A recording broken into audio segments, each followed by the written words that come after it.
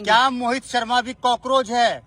देखिए, मैं आपको एक चीज बताता हूँ, अगर दीमक इस देश को भगानी है तो नौजवानों को कॉकरोच बनना पड़ेगा। और मैं कहता हूँ, इस देश से गंदगी का सफाया करने के लिए हम लोग कॉकरोच बनेंगे।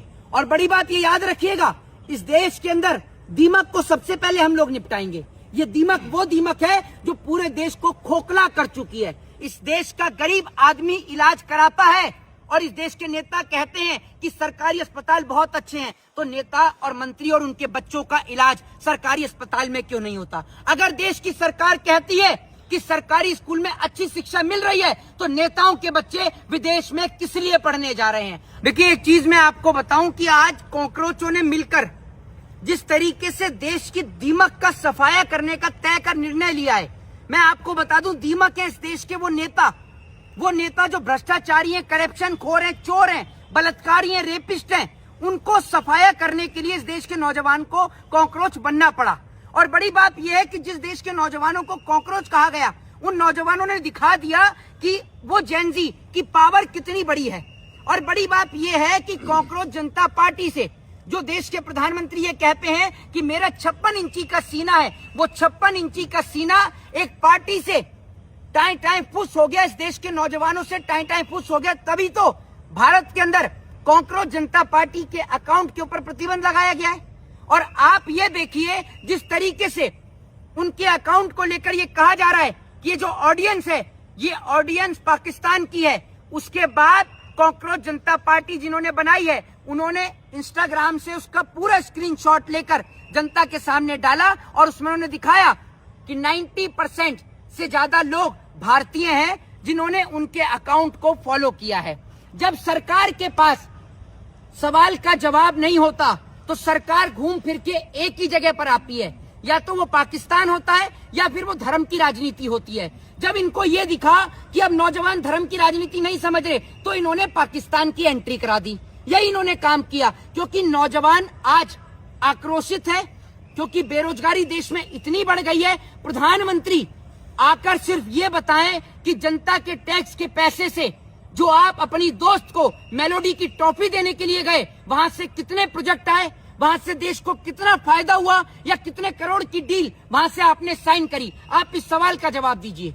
आज जिस तरीके से आप लोग इस देश के अंधभक्त, ये अंधभक्तों की वजह से जो देश बर्बाद हो रहा है ना, उन अंधभक्तों को, जाहिलों को ये नहीं समझ में आ रहा, फ्यूल के चलते एयर इंडिया की कई फ्लाइटें कैंसिल हुई, कई फ्लाइटें डिले हुई। आपने देखा तो देश के अंदर प्रॉब्लम्स क्रिएट हो रही हैं, लेकिन आग लगे बस्ती में, मस्त राम अपनी मस्ती में। कोई फर्क नहीं पड़ता प्रधानमंत्री मोदी को कि देश की जनता 2 वक्त की रोटी खा पा रही है या नहीं खा पा रही है। जिस तरीके से मेलोनी को मेलोडी देने के लिए तो चले गए, लेकिन मणिपुर के अंदर जिस तरीके से महिलाओं के ऊपर अत्याचार हो रहा था, उनसे तो आप मुलाकात भी करने के लिए नहीं गए। कॉकरोच जनता पार्टी का जो है महज 72 घंटे में 20 मिलियन लगभग जो है उसके इंस्टाग्राम पे फॉलोवर्स हो जाता है। इसकी क्या वजह रही होगी? वजह इतने ज्यादा लोग क्यों फॉलो कर रहे हैं? मैं आपको बता रहा हूँ, वजह ये है, पूरे देश के अंदर आज देश के हर 4 में से 2 नौजवान बेरोजगारी से जूझ रहे हैं।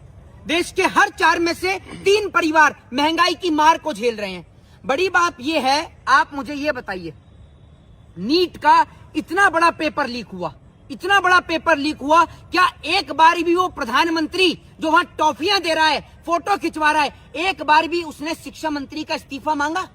एक बार भी उसने ये कहा कि धर्मेंद्र प्रधान का इस्तीफा होना चाहिए? आप मुझे ये बताइए, एक बार भी उसके मुंह से आवाज नहीं निकली। वहीं बिहार के अंदर जिस तरीके से छात्रों के ऊपर लाठी और डंडे चार्ज किए गए, आप क्या समझ रहे हैं? इस देश का नौजवान आखिर कब तक अपने हक के लिए सड़कों पर पिटता रहेगा? ये अनपढ़ जाहिल गवार लोग, जिनकी औकात क्या है, जिनकी औकात इस देश के अंदर, आप ये समझ लीजिए, इनसे ज्यादा पढ़े लिखे तो वो लोग हैं जो सफाई कर्मचारी बने बैठे हैं। इसलिए क्योंकि बड़े पदों पर इन नेताओं के बच्चे विराजमान हैं, बिना कुछ करे इनके बच्चे कॉकरोच के बहाने आप लोग कॉकरोच के बहाने आप लोग जो है तख्ता पलट करने की कोशिश कर रहे हैं। भाई साहब, पहली बात तो ये है, ना तो हम तख्ता पलट की बात कर रहे, हम सिर्फ ये कह रहे हैं कि जो सरकार देश के लोगों को आपस में लड़ा रही है, वो सरकार देश के नौजवानों को रोजगार क्यों नहीं देती? और हमारे सीधे सवाल हैं कि अगर सरकारी अस्पताल में जेनजी के बाद इन 4-5 मुद्दों पर जो मैं आज मुद्दे बोलना चाह रहा हूं।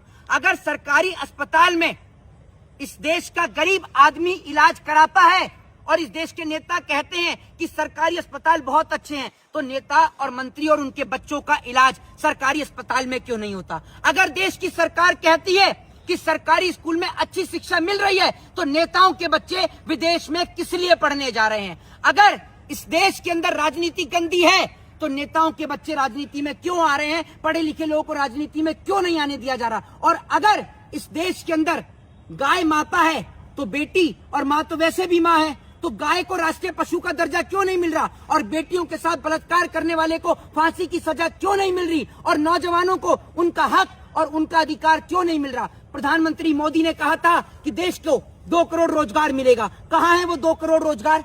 2 करोड़ रोजगार देना तो दूर की बात, 2 करोड़ से ज्यादा नौजवान आज मोदी सरकार के राज में बेरोजगार घूम रहे हैं। 2 करोड़ तो एक मामूली सा डाटा है, बिल्कुल मामूली सा डाटा। कई करोड़ लोग आज इस देश के अंदर बेरोजगार घूम रहे हैं। सरकार ने लोगों की स्थिति ये कर दी कि आज लोग आत्महत्या करने को मजबूर हैं। ये सरकार वो सरकार है जिनके बच्चे बिना क्रिकेट खेले वो स्वास्थ्य मंत्री बन गया। नीतीश कुमार का बेटा कहां से एमबीबीएस की डिग्री ली है? कहां से उसने होम्योपैथ की पढ़ाई की है या डॉक्टरी की पढ़ाई करी है? बताइए ना। साइंस में एडमिशन भी लिया है, वो हेल्थ मिनिस्टर बनकर बैठा है। कब तक और कितने समय तक हम इस देश के अंदर नेताओं की मोहित और शर्मा उनके बच्चों की भी गुलामी करते रहेंगे? क्या मोहित शर्मा भी कॉकरोच है? देखिए, मैं आपको एक चीज बताता हूं, अगर दीमक इस देश को भगानी है तो नौजवानों को कॉकरोच बनना पड़ेगा। और मैं कहता हूं, इस देश से गंदगी का सफाया करने के लिए हम लोग कॉकरोच बनेंगे। और बड़ी बात ये याद रखिएगा, इस देश के अंदर दीमक को सबसे पहले हम लोग निपटाएंगे। ये दीमक वो दीमक है जो पूरे देश को खोखला कर चुकी है। इतनी बुरी हालत देश की हो गई, देश के लोग निकल कर देखिए भाई साहब, 40 डिग्री 46 डिग्री टेम्परेचर में लोगों को पीने के लिए साफ पानी नहीं मिल रहा। प्रधानमंत्री विदेश जाके घूम रहा है। यार, शर्म आनी चाहिए। देश से कह रहे हो कि घर से बाहर ना निकलें, देश से कह रहे हो विदेश यात्रा से बचें, लोगों से कह रहे हो सोना ना खरीदें, और खुद वहाँ मेलोडी की टॉफी दे रहे हो। शर्म आनी चाहिए प्रधानमंत्री, आपको शर्म आनी चाहिए। और अगर थोड़ी सुन लीजिए, थोड़ी सी भी अगर और उससे ज्यादा बेशर्मी अगर किसी में भरी हुई है, तो वो इस देश की गोदी मीडिया है।